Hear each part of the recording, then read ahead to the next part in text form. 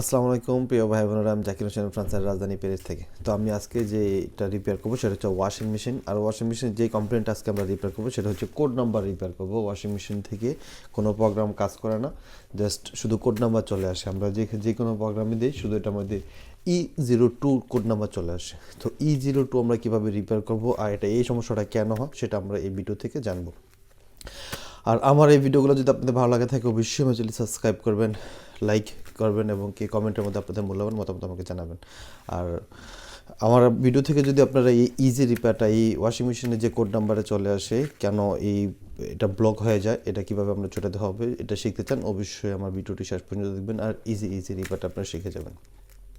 তো নর্মালি আমরা যে ওয়াশিং মেশিন আজকে রিপেয়ার করবো সেটা হচ্ছে সিমেন্স কোম্পানির একটা ওয়াশিং মেশিন। আপনারা হয়তো দেখতে পাচ্ছেন সিমেন্স কোম্পানির একটা ওয়াশিং মেশিন। আর ওয়াশিং মেশিনের কমপ্লেনটা আপনারা দেখতে পাচ্ছেন, এটার মধ্যে E02 একটা কোড নাম্বার চলে আসছে। এটা যে কোনো প্রোগ্রাম আমরা দিই, এখানে কোনো মিনিট আসে না, কোনো প্রোগ্রাম আসে না, জাস্ট E02 আসে।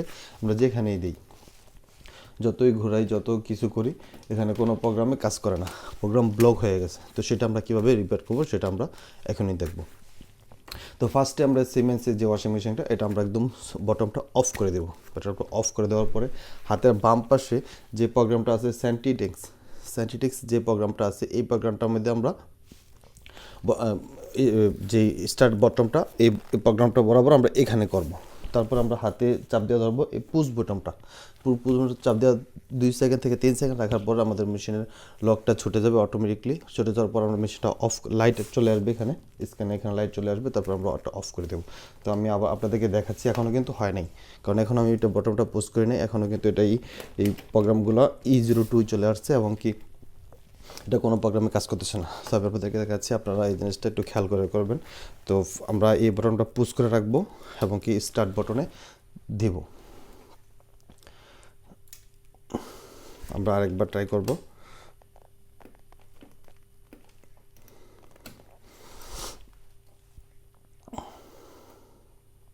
এটা কিন্তু আমরা এখন অফ করে দেবো। এটা হয়ে গেছে। তো হওয়ার পর এখন আমরা যে কোনো প্রোগ্রাম এখন চুজ করব। আমাদের মিনিট চলে আসছে এবং কি আমাদের অন্যান্য অপশনগুলো চলে আসছে। আগে কিন্তু এটা ছিল না, এটা আসে নাই।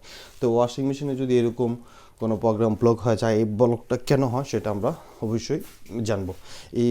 এটার কারণ হচ্ছে এটা ওয়াশিং মেশিনের মোটরের মধ্যে পিছনের সাইডে যে মোটর থাকে, মোটরের যে কার্বন থাকে, কার্বন যদি একদম ছোট ক্ষয় হয়ে যায়, ফের শব্দ করে, স্পার্কিং শব্দ করে, আগুনের মতো এরকম শব্দ করে, কার্বন ছোট হয়ে যাওয়াকে এই সমস্যাগুলো হয়।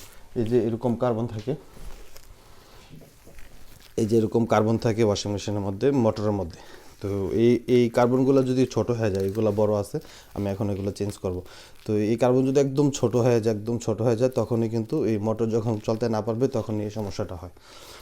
তো আমরা অবশ্যই এই প্রোগ্রামটা ব্লকটা ছোটানোর পরে আমরা ওয়াশিং মেশিন মোটরটা অবশ্যই চেক করবো আমাদের কার্বনগুলো ঠিক আছে কিনা। আমাদের কার্বনগুলো যদি সমস্যা থাকে অবশ্যই আমরা চেঞ্জ করবো। এটা 100%ভাবে এই কার্বনের কারণে এই সমস্যাটা হয়, কার্বন ক্ষয় হয়ে গেলে। আর এই কার্বনগুলো 3-4 বছর মেশিন যদি আমরা কন্টিনিউ চলতে থাকি, প্রতিদিন আমরা ব্যবহার করে থাকি, তো নর্মালি 3-4 বছর পরে এগুলো আস্তে আস্তে ক্ষয়ে ছোট হয়ে যায়, তখন এই ধরনের সমস্যা হতে পারে।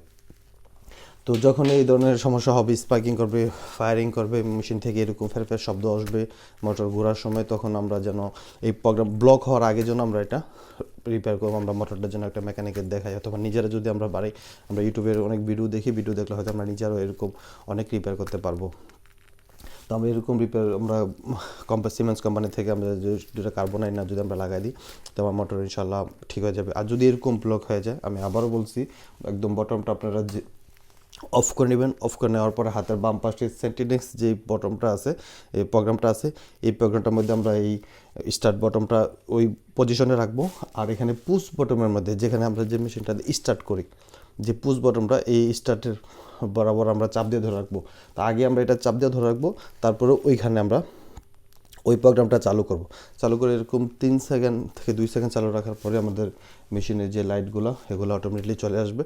সাথে সাথে আমাদেরকে মেশিনটা অফ করে দিতে হবে। অফ করে দেওয়ার পর আবার আমরা যখন চালু করব, তখন আমাদের মেশিনের লক ছুটে যাবে, অটোমেটিকলি আমাদের প্রোগ্রাম চলে আসবে, সবগুলো প্রোগ্রাম কাজ করা শুরু করবে। তো আমরা এর মধ্যে অবশ্যই আমাদের মেশিনের কার্বনটা আমরা চেঞ্জ করে নেব। কার্বনটা যদি চেঞ্জ না করি, আবার কিছুক্ষণ পরে আবার এই সেম সমস্যা হয়ে যাবে। তো অবশ্যই আমরা এটা খুব সাবধানে করব, কেয়ারফুলিভাবে করব। তো আমার ভিডিও থেকে যদি আপনারা আমার ভিডিওগুলো যদি আপনাদের ভালো লাগে থাকে, অবশ্যই আপনাদের একটা লাইক, একটা কমেন্টে আমাকে নতুন ভিডিও করতে অনুপ্রেরণা, উৎসাহ যোগায়। তো আশা করি আমার ভিডিওগুলো যদি ভালো লাগে, আপনারা সাবস্ক্রাইব তো অবশ্যই করবেন, কমেন্ট তো অবশ্যই করবেন। তো আপনারা যদি ওয়াশিং মেশিনের ব্যাপারে যদি আরও কিছু জানতে চান, বুঝতে চান, যে কোনো ওয়াশিং মেশিন, যে কোনো প্রোগ্রাম যদি ব্লক হয়ে যায়, লক হয়ে যায়, তো কীভাবে কী করবেন, যদি এই ব্যাপারে কিছু জানতে চান, অবশ্যই আমাকে আপনারা কমেন্টের মধ্যে জানাবেন। আমি আপনাদেরকে যতটুকু পারি আমি আমার সাধ্যমতো চেষ্টা করবো ইনশাল্লাহ। তো আজকের জন্য এ পর্যন্ত। নেক্সট ভিডিওতে কথা হবে অন্য কোনো রিপেয়ারিং নিয়ে। আল্লাহ হাফেজ।